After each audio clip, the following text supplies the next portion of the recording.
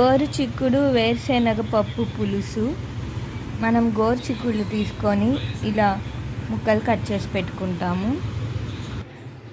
ఈ గోరుచిక్కుళ్ళని మనం ఉడకబెట్టుకోవాలి. కొంచెం సాల్ట్ వేసి ఉడకబెట్టుకుంటాము.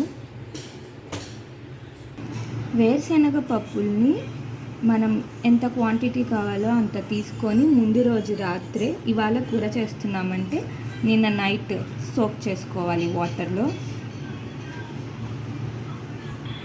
మనం నైట్ ఇలాగా వేరుశనగ పప్పులు నానబెట్టేసుకుంటే వాటర్లో పొద్దునకి మనం కూరకి యూజ్ అవుతుంది.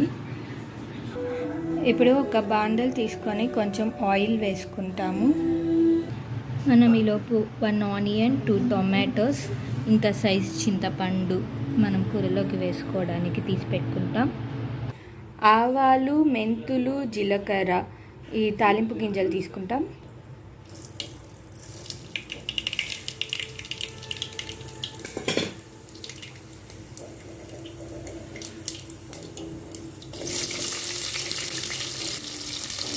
ఇప్పుడు ఆనియన్స్ వేసుకుంటాము.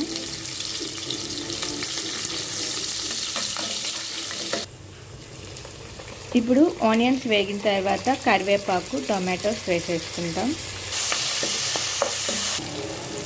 ఇప్పుడు మనం నానబెట్టుకున్న వేరుశనగ పప్పులను తీసి వేసేసుకుంటాము. నానబెట్టిన వాటిని వాష్ చేసుకొని ఇలా వేసుకోవాలి.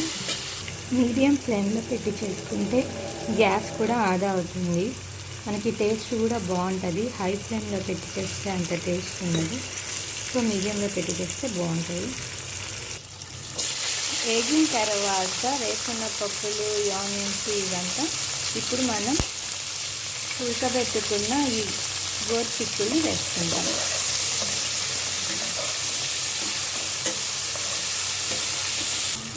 ఇప్పుడు కొంచెం పసుపు వేసుకుంటాం.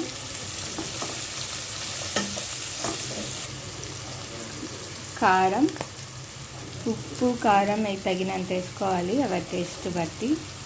మాకైతే 2 స్పూన్స్ సరిపోతుంది.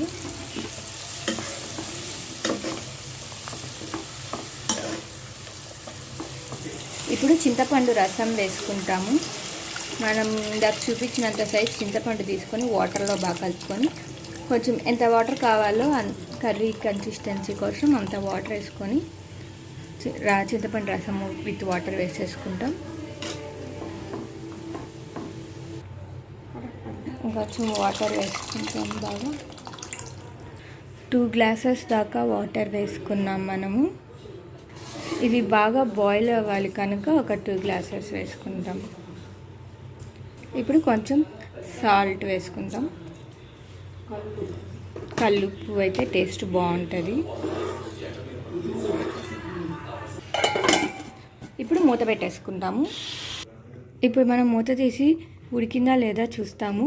ఉడికిన తర్వాత లాస్ట్లో మామిడికాయలు వేసేసి, మామిడికాయ వేసుకోవచ్చు, వేసుకోకపోవడం మన ఇష్టము. వేసినా కూడా టేస్ట్ బాగుంటుంది. యాక్చువల్లీ ఈ కూర ఉడికిందా లేదా చిక్కబడితే ఇంకా కూర ఉడికిపోయినట్టే. వేరుశనగ పప్పులు మెత్తగా అయిపోయినా కూడా దాన్ని బట్టి మనం అర్థం చేసుకోవచ్చు ఎంతవరకు ఉడికిందో.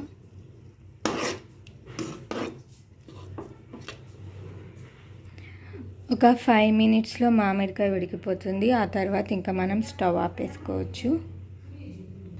ఇంతే. 5 మినిట్స్ తర్వాత మనం మూత తీసి చూసుకుంటే రెడీ. గోరుచిక్కుడు వేరుశనగ పప్పు కర్రీ రెడీ.